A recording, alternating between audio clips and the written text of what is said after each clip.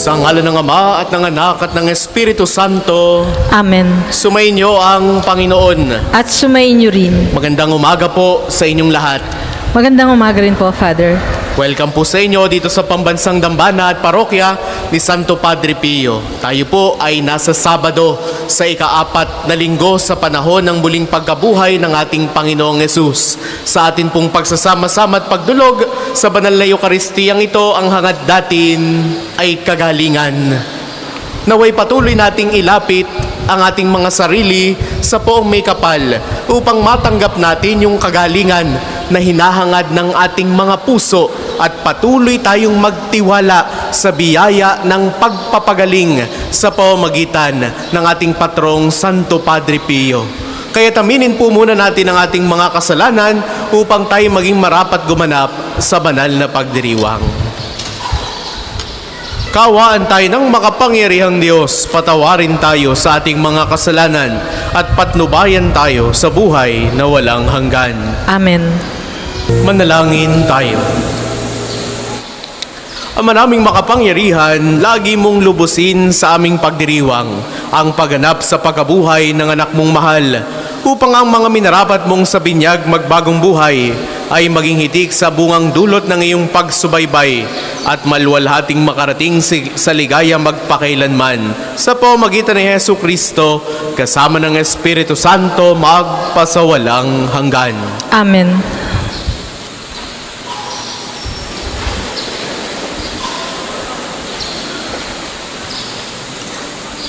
Pagbasa mula sa mga gawa ng mga apostol. Nang sumusunod na araw ng pamamahinga, halos lahat ng tao sa lungsod ay nagkatipon upang pakinggan ang salita ng Diyos. Inggit na inggit ang mga Hudiyo nang makita nila ang makapal na tao, kaya't nilait nila at sinalungat si Pablo. Ngunit buong tapang na sinabi ni Pablo at Bernabe, sa inyo muna dapat ipahayag ang salita ng Diyos. Yamang itinakwil ninyo ito, hinatulan ninyo ang inyong sarili na hindi karapat-dapat sa buhay na walang hanggan. Kaya't pupunta kami sa mga hintil, sapagkat ganito ang iniutos sa amin ng Panginoon. Inilagay kita sa maging ilaw sa mga hintil upang maibalita mo ang kaligtasan hanggang sa dulo ng daigdig. Nagalak ang mga hintil nang marinig ito at nagpuri sa Panginoon dahil sa salita niya, at sumampalataya ang mga hinirang para sa buhay na walang hanggan. Kaya't lumaganap sa buong lupain ang salita ng Panginoon. Ngunit sinulsulan ng mga Hudiyo ang mga babaeng sumasamba sa Diyos at kilala sa lipunan. Gayon din ang mga lalaking pinuno ng lungsod. Ipinausig nila sina Pablo at Bernabe at pinalayas sa lupaing iyon. Kaya't ipinagpag ng dalawa ang alikabok sa kanilang mga paa bilang saksi laban sa mga taga-roon. At sila'y nagtungo sa Ikonyo. Ang mga alagad naman sa Antioquia ay natigib ng galak at napuspos ng Espiritu Santo. Ang salita ng Diyos. Salamat sa Diyos. Salmong tugunan. Kahit sa ay namamalas, tagumpay ng nagliligtas. Kahit sa ay namamalas, tagumpay na nagliligtas. Umawit ng bagong awit at sa poon ay ialay, pagkat yaong ginawa niya ay kahangahangang tunay. Sa sariling lakas niya at taglay na kabanalan, walang hirap na natamo, yaong hangad na tagumpay. Kahit siya ay namamalas, tagumpay ng nagliligtas. Ang tagumpay niyang ito'y siya na rin ang naghayag. Sa harap ng mga bansay, nahayag ang pagliligtas. Ang pangako sa Israel, lubos niyang tinutupad.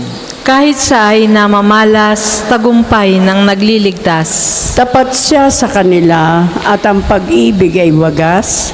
Ang tagumpay ng ating Diyos kahit saan ay namalas.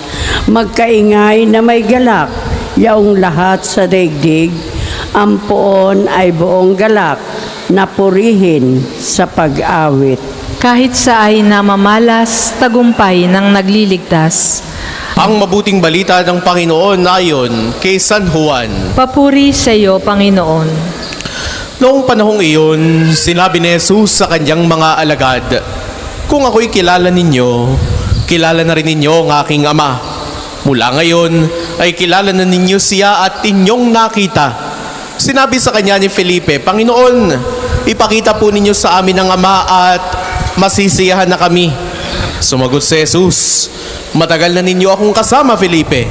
Di yata't hindi mo pa ako nakikilala. Ang nakakita sa akin ay nakakita na sa Ama. Bakit mo sinasabing ipakita mo sa amin ang Ama? Hindi ka ba naniniwalang ako'y sumasa Ama at ang Ama'y sumasa akin? Ang mga salitang sinasabi ko ay hindi ko sinasabi sa ganang aking sarili. Ang Amang sumasa akin ang gumaganap ng kanyang mga gawain. Maniwala kayo sa akin. Ako'y sumasa Ama at ang Ama'y sumasa akin. Kung ayaw ninyong maniwala sa sinasabi ko, maniwala kayo dahil sa mga gawang ito. Sinasabi ko sa inyo, ang nananalig sa akin ay makagagawa ng mga ginagawa ko at higit pa rito, sapagkat pupunta na ako sa Ama at anumang hilingin ninyo sa Ama sa aking pangalan ay gagawin ko upang maparangalan ang Ama sa pamamagitan ng Anak. Gagawin ko ang anumang hihilingin ninyo sa pangalan ko." Ang mabuting balita ng Panginoon. Pinupuri ka namin, Panginoong Hesukristo. Sa inyo pong lahat na naririto at nakikibahagi sa ating banal na pagdiriwang, sa mga sumasama po sa atin sa pamamagitan ng ating Facebook Live, sa inyo pong lahat na humihiling ng kagalingan sa pamamagitan ni Santo Padre Pio, muli po ay magandang umaga sa inyong lahat. Magandang umaga rin po, Father. We want to see God. Gusto nating maranasan ang Diyos. Gusto nating makita ang Diyos. Sino ba naman ang hindi? Kaya nga tayo naririto, no? Sa umagang ito, sa araw na ito ng Sabado, sa pamamagitan ng banal na misang ito, ang misa ng pagpapagaling sa pamamagitan ni Santo Padre Pio. Nang may mga nanggaling pa sa iba't ibang lugar, mga karatig bayan, mga karatig lalawigan, pinipili natin at pinipilit na pumunta dito upang matanggap yung kagalingang hinahanap natin, upang matugunan yung pananalangin na ating paulit-ulit ng dinudulog sa Diyos. Kaya nga, sa araw na ito, kaugnay ng ating pong mga napakinggang pagbasa, 3 punto ang akin pong iiwan para po sa ating pagninilay. Unang bagay, sabi ni Jesus, magtiwala. Trust God. Sabi ni Jesus sa mabuting balita, makikilala ninyo ang Ama sa pamamagitan ko. Sa Ebanghelyo, paulit-ulit yang binibigyang diin, kung kilala ninyo ako, makikilala rin ninyo ang aking Ama. This presents that as we continue to develop our relationship with God, there should always be communication. Hindi po pwedeng ang pagkakakilala mo sa Diyos ay konsepto lang. Ang Diyos ay ito, magaling, makapangyarihan. Ang Diyos ay ito, ibinibigay ang aking pangangailangan. Ang Diyos ay ito, napakataas, malayo sa tao. Kaya nga sa araw na ito, ibinibigay ni Jesus ang kanyang sarili, magtiwala kayo sa akin, makipag-ugnayan kayo sa akin, kilalanin niyo ako upang makilala ninyo ang Ama. Our knowledge of God should be relational. Ipinapakita nito na ang pagpapagaling, ang kaligtasan ay hindi lamang basta himala na okay, nangyari yan dahil mayroong milagro. No, ito'y isang pahiwatig sa atin ng presensya ng Diyos sa ating buhay. Nangyayari yan dahil ginusto ng Diyos. Hindi nagkataon lang. Sa lahat sa ating naparito, bumabalik upang magpasalamat dahil natanggap nila yung kanilang panalangin o kaya natanggap nila yung kagalingan. Hindi yan basta isang himala. That is the product of the love of God. That is the product of how God moves in our lives. Sa bawat haplos ng kagalingan, sa bawat panalangin ng pag-asa, ang Diyos Amay nagpapakilala sa atin sa pamamagitan ng ating Panginoong Jesucristo. Kaya't sa araw na ito, binibigyang diin ni Jesus magtiwala sa Kanya. Sa panahong tayo nalilito, sa panahong hindi na natin alam ang gagawin, sa panahong desperado na tayo, lumapit tayo kay Jesus. Ginagamit ng Diyos ang Kanyang anak upang ipadama sa atin ang Kanyang presensya. Kaya nga't naririyan din si Santo Padre Pio. Paulit-ulit tayong lumalapit sa Kanya. Paulit-ulit natin siyang kinakapitan upang matanggap yung ating hinahangad sa ating buhay. Siya'y isang kasangkapan ng habag, siya'y isang kasangkapan ng kagalingan, pero alam nating ang Diyos ang nagpapagaling. Kaya't muli, number 1, magtiwala sa Diyos. Ikalawa, sabi ni Jesus, manalangin. Paano ba tayo makikiugnay sa Diyos kung wala tayong gagawin? Hindi naman po pwedeng nakikipagtitigan lang tayo sa Diyos at okay na. Let us ask Him, Lord, pagalingin mo ako. Lord, heto ang gusto ko. Lord, bakit ganito ang nangyayari sa amin? Ang halimbawa ni Santo Padre Pio, halimbawa ng pananalangin. Si Padre Pio ay hindi lamang kilala dahil sa mga sugat na tinamo ng kanyang katawan o yung tinatawag nating stigmata na sugat ng ating Panginoong Hesus, kundi kilala si Santo Padre Pio dahil sa kanyang walang sawang pananalangin para sa mga may sakit. Maghapong umuupo sa kumpisalan at si Padre Pio nakikiisa sa paghihirap ng tao. Para kay Santo Padre Pio, ang kagalingan ay hindi hiwalay sa krus. Suffering is always associated with a cross. Kaya alam natin yung kwento ni Kristo. Sa kanyang paglalakbay sa Kalbaryo, bit-bit at pasan niya yung krus. Narating niya yung muling pagkabuhay dahil siya'y namatay sa krus. Ang tunay na kagalingan ay nagmumula sa pakikiisa sa krus ni Kristo. Kaya't sa banal na Eukaristiyang ito ng pagpapagaling, hindi natin tinatanggihan yung sakit. Hindi natin tinatanggihan yung hirap. Kaya nawa ang ating panalangin na hindi lamang basta, Lord, alisin mo itong problema ko. Lord, alisin mo na itong paghihirap na ito. But let us continue to ask God for the strength, for the courage that we may be able to surpass all these kinds of problems. Ialay natin ito para sa lahat ng mga naghihirap. Isuko natin ito sa kamay ng Diyos. At gaya ni Santo Padre Pio, tayo ay tinatawag na maging bukas palad na instrumento ng kagalingan sa pamamagitan ng pananalangin, sa pamamagitan ng pangunawa, at lalo tigit sa pamamagitan ng malasakit sa ibang tao. Kahit sa araw na ito, binibigyang diin ng ating Panginoong Hesus. Number 2, manalangin. Paano malalaman ng Diyos ang hinahangad mo? Paano ka makikiugnay sa Diyos kung hindi ka magdadasal? Paano ka lalalim sa pananampalataya kung hindi ka sisimba? That's why we're here. Paulit-ulit tayong lumalapit dito because we want healing. Therefore, connect yourself to God. At kahuli-hulihan, ikatlong punto, sabi ni Jesus, magmahal. This is but basic. Lahat tayo'y nilikha sa pamamagitan ng pagmamahal. Kaya't paulit-ulit niyang pinapaalala, love without boundaries. Love without costs. Gaya ng unang pagbasang napakinggan natin kanina mula sa Gawa ng mga Apostol, kahit tinatanggihan na ang mga alagad na ito ng ilang mga Hudiyo, nangaral pa rin sina Pablo at Bernabe. At marami ang naniwalang mga Hentil. Ano ang sabi? At ang mga alagad ay puspos ng kagalakan at ng Espiritu Santo. Ano bang makukuha nila sa kanilang paulit-ulit na pagsasakripisyo? Ano bang makukuha nila sa panguusig na ibinibigay sa kanila ng mga tao? They get nothing. But they have love. Mga minamahal kong kapatid, ang tunay na kagalingan ay nagsisimula sa pagmamahal.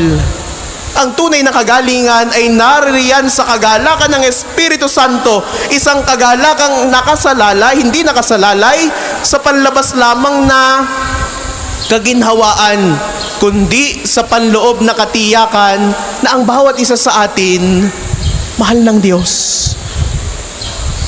Na tayo ay Kanyang tinatanggap, na tayo'y hindi niya iniiwan. Kaya sa araw na ito, napakaganda ng mga paalala sa atin. Una ay magtiwala. Ialay mo sa Diyos ang iyong mga iniinda. Ialay mo sa Diyos ang iyong mga sakit sa katawan. Ialay mo sa Diyos ang mga alalahanin ng puso mo. Ialay mo sa Diyos ang mga sugat ng iyong damdamin. Trust God. You will find healing. You will find consolation in life. Ikalawa, sabi ni Jesus, manalangin. Manalangin hindi lamang para sa sariling kapakanan o sa sariling kagalingan. Manalangin para din sa kagalingan ng ibang tao, gaya ng ginawa ni Santo Padre Pio. At kahulihan, magmahal, dahil ang pag-ibig ang tunay na tanda ng kagalingan na nagmumula sa Diyos. Kung nagmamahal tayo, sa kabila ng sakit, naroon lagi ang Diyos. Mga minamahal ko, ang kagalingan ay hindi lamang pisikal. Ang kagalingan ay hindi lamang pagkawala ng ating mga iniinda sa katawan.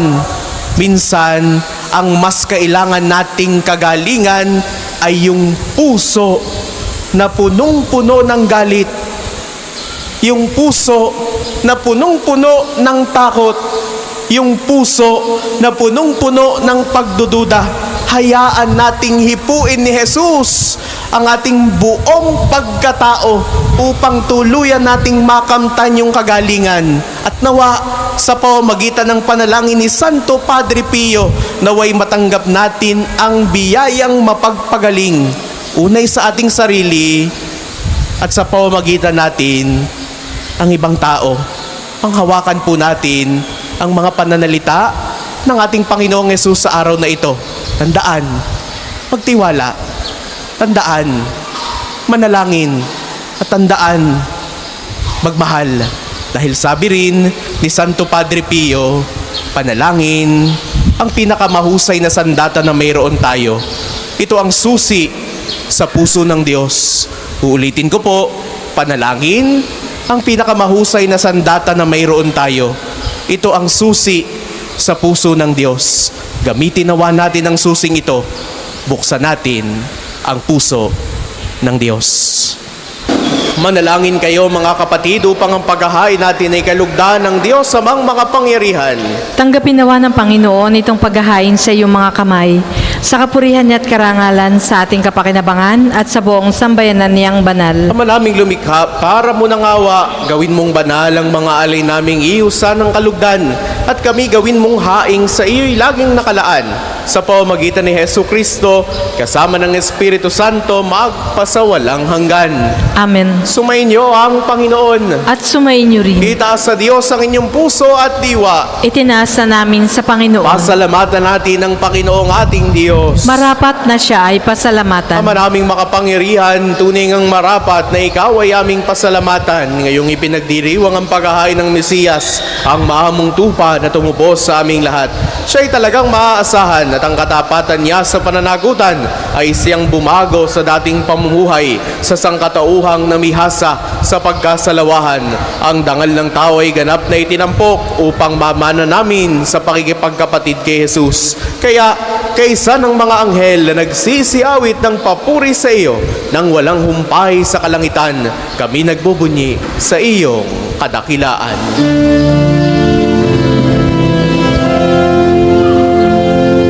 Santo, Santo, Santo, Panginoong Diyos, napupuno ang langit at lupa ng kadakilan mo. Hosana, Hosana, Hosana sa kaitaasan. Hosana, Hosana, Hosana sa kaitaasan.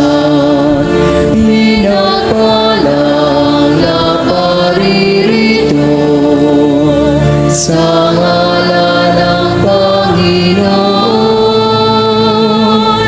Hosana, Hosana, Hosana sa kaitaasan. Hosana, Hosana, Hosana sa kaitaasan. Kung hindi po kayang lumuhod, manatili pong nakatayo ng may paggalang. Ama naming banal, ikaw ang bukal ng tanang kabanalan. Kaya't sa pamamagitan ng iyong Espiritu, gawin mong banal ang mga kaloob na ito upang para sa amin maging katawan at dugo ng aming Panginoong Jesucristo. Bago niya, pinagtiis ang kusang loob na maging handog. Hinawakan niya ang tinapay, pinasalamatan kaniya, pinagati-hati niya iyon, iniabot sa kanyang mga alagad at sinabi, "Tanggapin ninyong lahat ito at kanin. Ito ang aking katawan na ihahandog para sa inyo."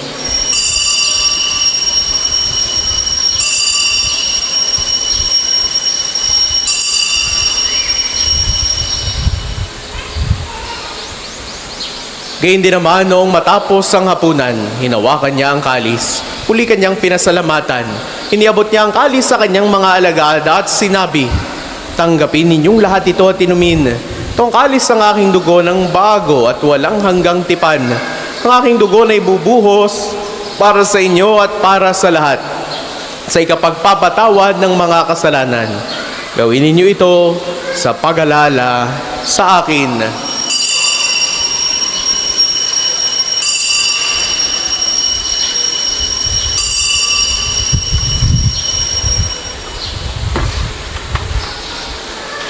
Ipagbunyi natin ang misteryo ng pananampalataya. Si Kristo'y namatay, si Kristo ay nabuhay, si Kristo ay babalik sa wakas ng panahon. Ama, ginagawa namin ngayon ang pag-alala sa pagkamatay at muling pagkabuhay ng iyong anak. Kaya tiniaalay namin sa iyo ang tinapay na nagbibigay buhay at ang kalis na nagkakaloob ng kaligtasan. Kami nagpapasalamat dahil kami iyong minarapat na tumayo sa harap mo para maglingkod sa iyo. Sinasamo namin kaming magsasalo-salo sa katawan at dugo ni Kristo ay mabuklod sa pagkakaisa sa pamamagitan ng Espiritu Santo. Ama, lingapin mo ang iyong simbahang laganap sa buong daigdig. Puspusin mo kami sa pag-ibig kay San Leon na aming papa at ni Gilbert naming obispo at ng Tanang Kaparian. Alalahanin mo rin ang mga kapatid naming nahimlay nang may pag-asang sila'y muling mabubuhay. Gayun din ang lahat ng mga pumanaw. Kaawaan mo sila at patuloyin sa iyong kaliwanagan, kaawaan mo at pagindapatin kaming lahat na makasalo sa iyong buhay na walang wakas. Kaisa ng mahal na Birheng Maria na Ina ng Diyos, ni San Jose na kanyang kalinis-linisang esposo, kaisa ng mga apostol at ng lahat ng mga banal ni Santo Padre Pio na namuhay dito sa daigdig ng kalugod-lugod sa iyo, may pagdiwang nawa namin ng pagpupuri sa ikararangal mo sa pamamagitan ng iyong anak na aming Panginoong Jesucristo. Sa pamamagitan ni Kristo, kasama niya at sa Kanya ang lahat ng parangal at papuri ay sa iyo, Diyos amang makapangyarihan, kasama ng Espiritu Santo, magpasawalang hanggan. Amen. Amen.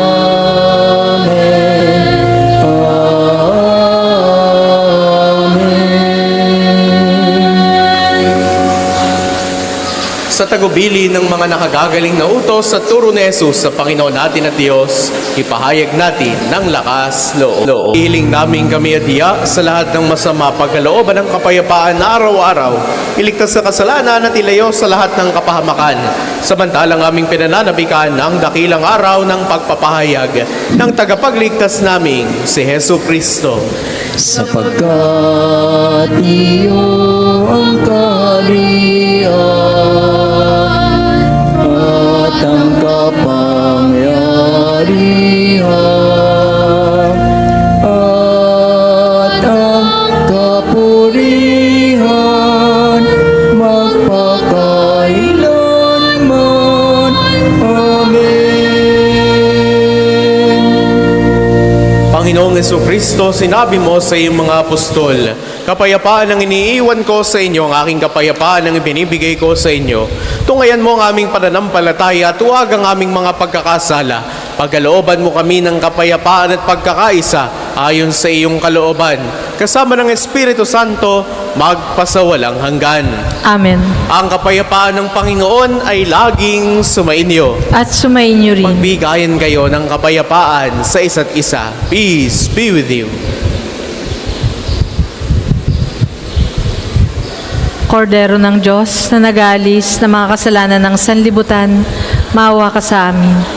Kordero ng Diyos na nag-aalis ng mga kasalanan ng sanlibutan, maawa ka sa amin.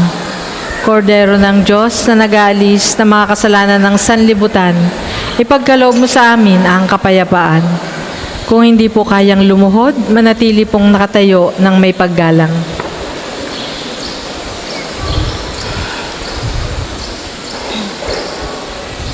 Ito ang kordero ng Diyos. Ito ang nag-aalis ang mga kasalanan ng sanlibutan, mapalad ang mga inaanyayahan sa kanyang piging. Panginoon, hindi ako karapat-dapat na magpatuloy sa iyo. Ngunit sa isang salita mo lamang ay gagaling na ako. Maraming mapagmahal sa pinagsaluhan naming banal na pakikinabang. Ang amin nawang pag-ibig ay lalong madagdagan ng ginawa namin sa pag-alala sa anak mong mahal na nagutos si pagdiwang ang huling hapunan. Sa pamamagitan niya, kasama ng Espiritu Santo, magpasawalang hanggan. Amen. Sumainyo ang Panginoon. At sumainyo rin. Naway pagpalain kayo ng makapangyarihan at laging nagmamahal sa ating Diyos, ang Ama at Anak at Espiritu Santo. Amen. Ang misa'y nayalay na, tumayo kayong mapayapa. Salamat sa Diyos.